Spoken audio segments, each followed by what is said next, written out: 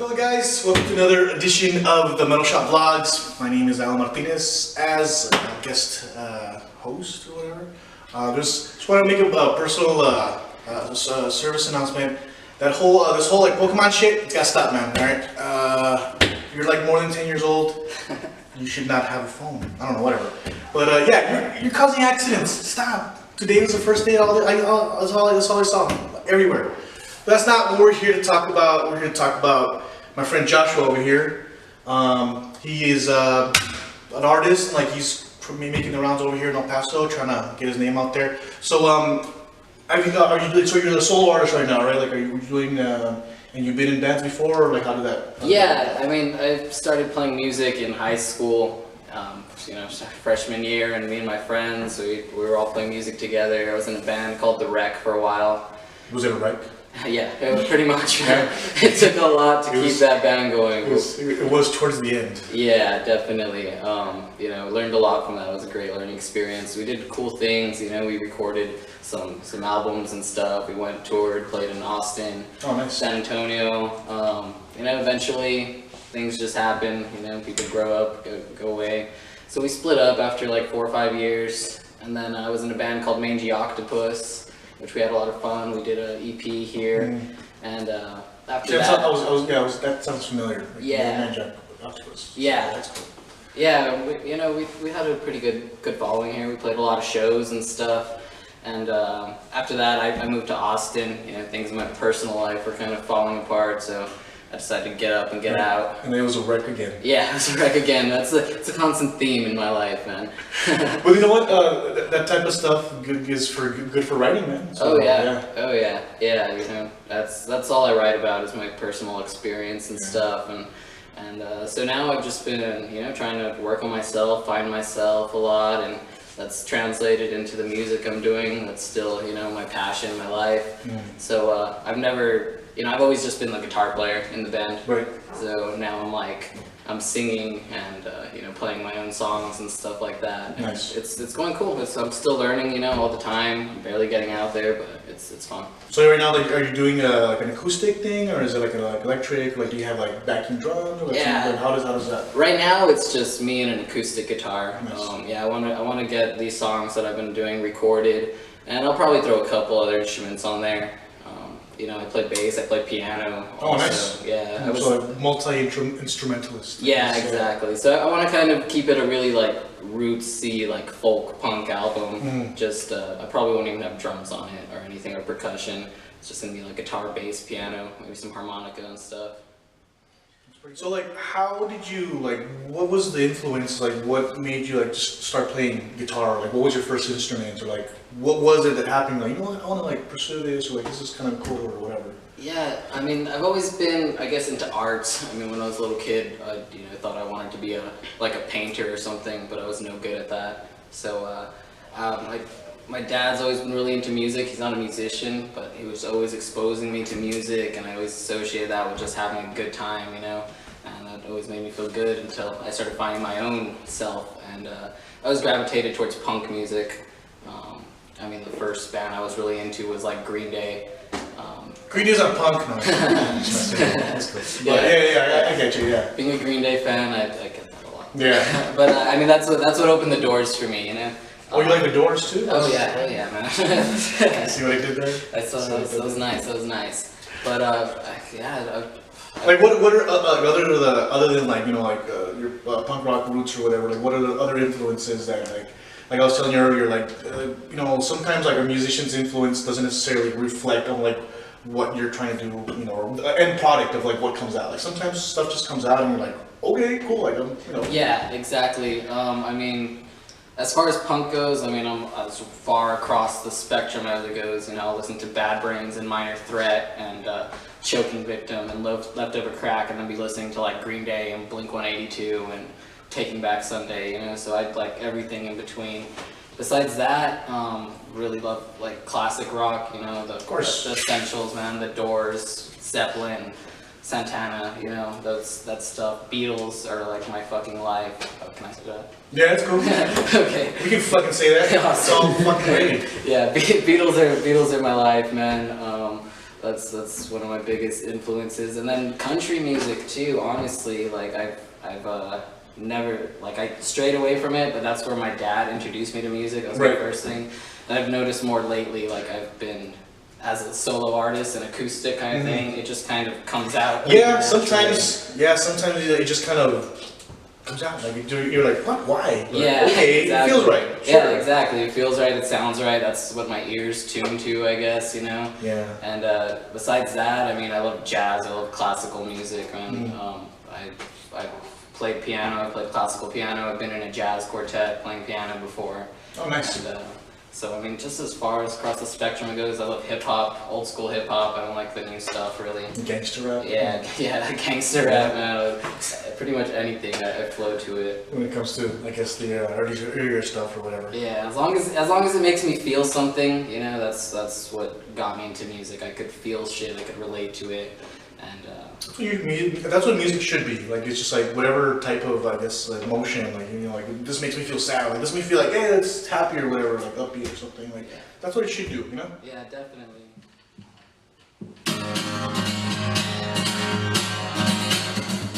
Well, I sat on the curb and hoped that something good would come my way, but nothing's different.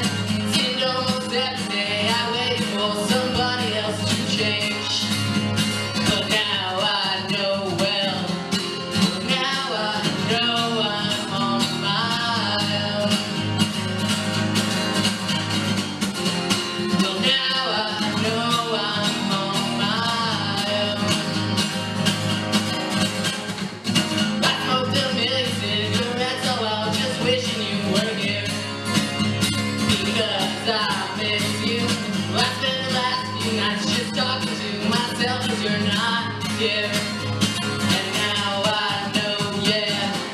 Well, now I know I'm on my own. Well, now I know I'm on my own. When everything's so miserable, sometimes I wanna die. Go back inside and smoke some more, it's gonna rain tonight.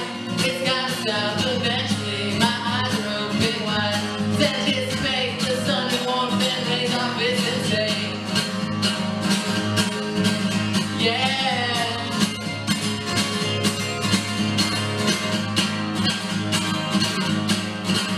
Yeah.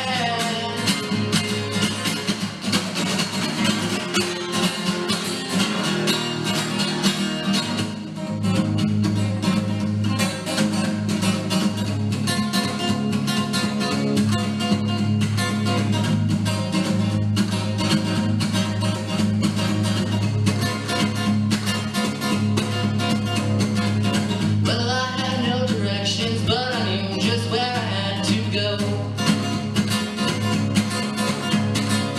Lost $20, now I'm losing track of all the shit I owe. But now I know, yeah. Well, now I know I'm on my own. Well, now I know I'm on my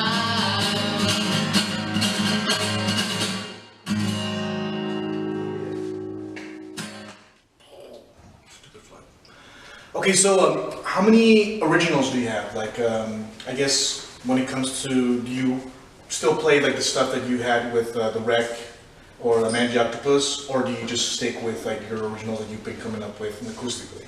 Yeah, I mean, I've mainly been gravitating more towards new stuff. I've been writing myself. There's maybe like one song from Mangy Octopus I still play, but yeah, those are so old that we wrote that music, you know.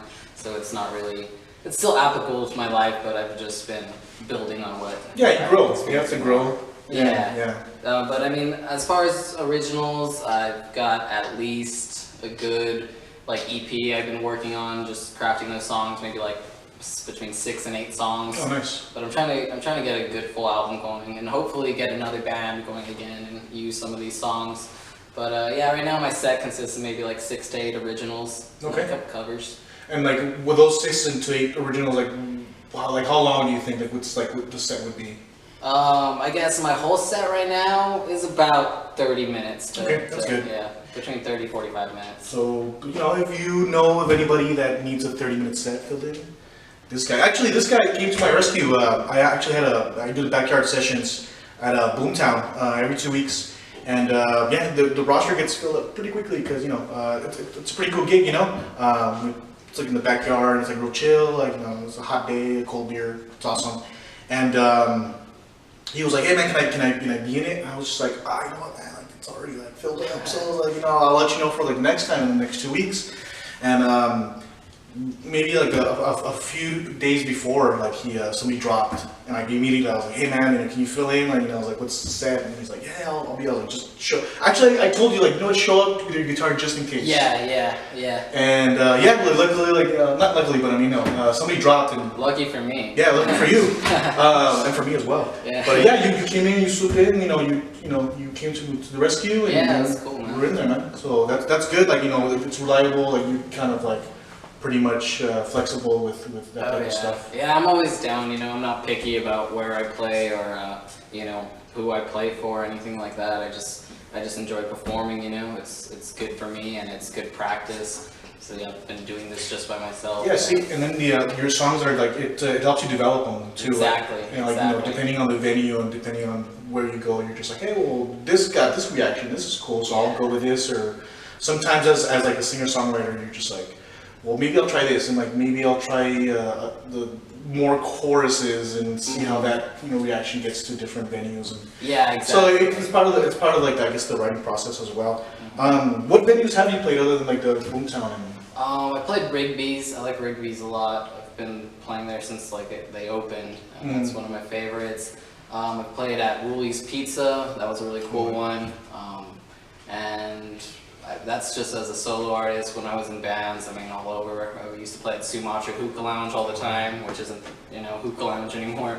But that was one of our favorites. That place was always nuts. And lowbrow, the basics like that. Back in the day, when I was in high school, man, it was just backyard parties all the time, and those were always fun.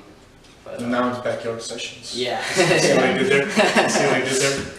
So that's cool, man. Like, what promoters have you worked with?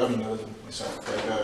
Yeah, besides, Alan Martinez, April Correa, she throws really awesome She's shows. a good friend of mine. Yeah, April's awesome, and I've known her for a long time. She used to book the Rec all the time. And then Alex Vargas, there's a live audio now. It used to be So Not Psyched. I still say So Not Psyched, but yeah, those are two of my main people. The people at the Lowbrow too, I guess. I don't know if they're still Electric Social. Yeah. Those guys would book Mangy Octopus a lot and gave us some really cool shows. Christian Yanez. Oh, yeah. Right. I'm sorry, I didn't interrupt. What venues would you want to play? You say you're not really picky or whatever, but what's really like play here or whatever. Yeah, I've never played at Bowie Feathers, and I hear that's a really cool place, man. Yeah, I played there. Like the sound's actually pretty cool because it bounces off. Yeah. I know people, so maybe. And then I've been that's awesome. I've been wanting to do at 7 Studios also. They have the 306 sessions. Oh right. On Sundays, and I've gone to go see some people play, and I really like what they do there. Pretty much, if you got a good sound system, I want to play there. Right. Hit me up with the good sound systems. So we've already talked about your musical influences. We were talking about the bands you've been in. Like now you're doing the solo artist. What was the writing process? What do you think would be is different with writing process with a band, and then the writing process with a solo thing? With the band, I guess since I've always been the guitarist in the band, whenever I'd write, I just really me focusing on the musical arrangement of it, and I guess I think more intricately or stuff like that.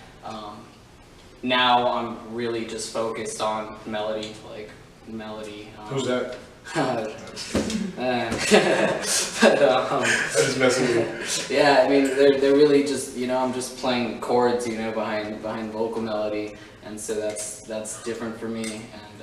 And it's taking it to the influences that I like with just the straight up punk bands that are just 3 chords and go, and then things like the Beatles and Johnny Cash that resonate with me. Yeah. Not And sometimes like it's my experience like I don't know if it would be the same thing for you, but like with bands like sometimes you kind of like bounce off each other and that's kind of cool. But when you're a solo artist, like everything's kind of like on your shoulders and you're just like but at the same time like you have to like think of all the dynamics because it's just you know what I mean? Yeah, exactly. So it's a different process. Yeah, I gotta think about, especially when I perform, like how I'm gonna make this, sound full. Like, Right. I don't have a whole band to rely on. I don't have a Yet. bass player. Yeah, not yet. But it's been cool. It's been really different, and I think it's made me a better songwriter. Definitely. Yeah, it does because like you're forced to do everything.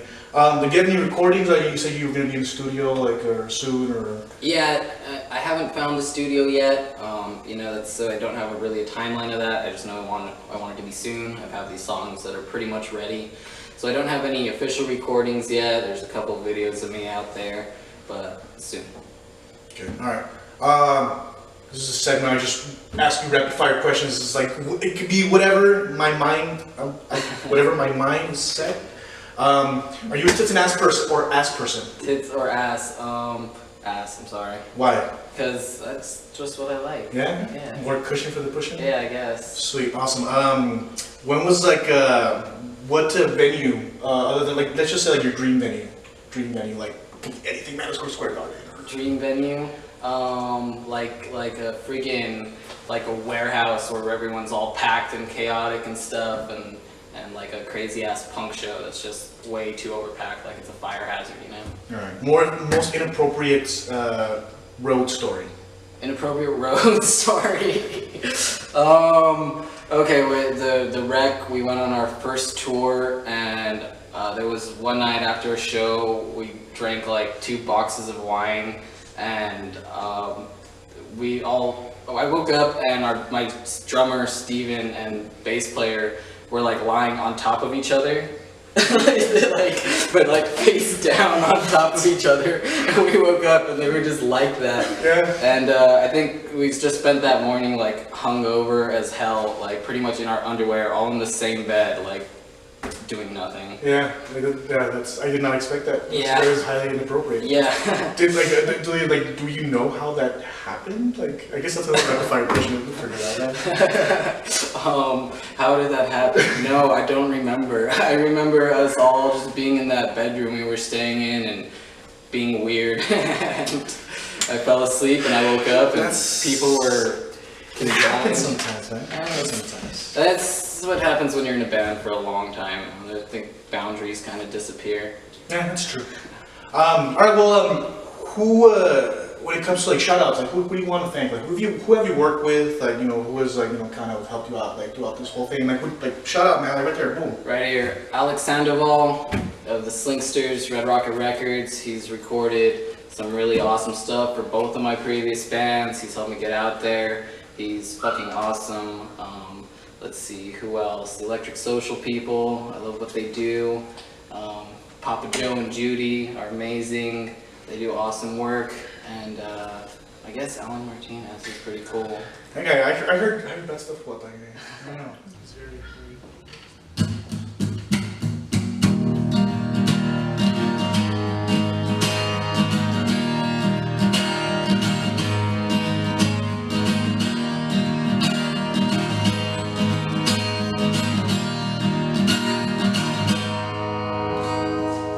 Well, I know that you're leaving tomorrow. I know that you're leaving, she said. It's unfair, I know, but would you please stay home and not leave me alone in this bed? Well, you know that I hate this, believe me. You know that I hate this, I said. If I stay in town and keep fucking around, well, you know that I'll just wind up dead.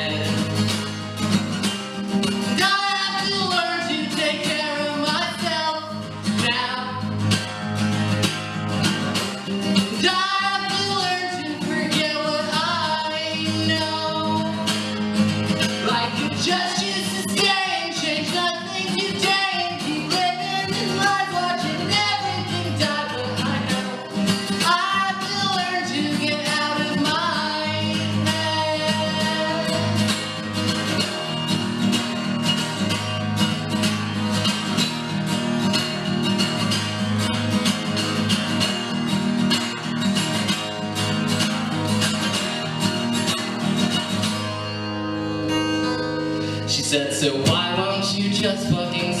then forget everything except me. You can make it, I know, if you learn to say no, then I don't get why you'd have to leave.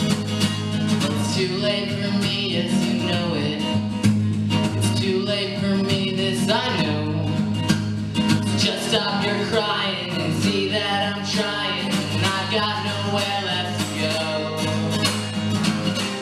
And I have to learn to take care of myself now. And I have to learn to forget what I know. I could just choose to stay and change nothing today and keep living with life, watching everything die. But I know I have to learn to get out of my head.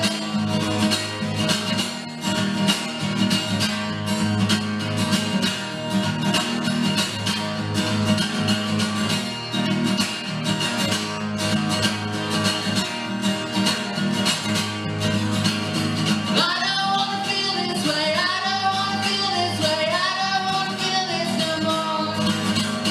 I don't wanna feel this way, I don't wanna feel this way, I don't wanna feel this no more. I don't wanna feel this way, don't wanna feel this way, I don't wanna feel this again. I don't wanna feel this way, don't wanna feel this way, I don't wanna feel this again. But it's too late.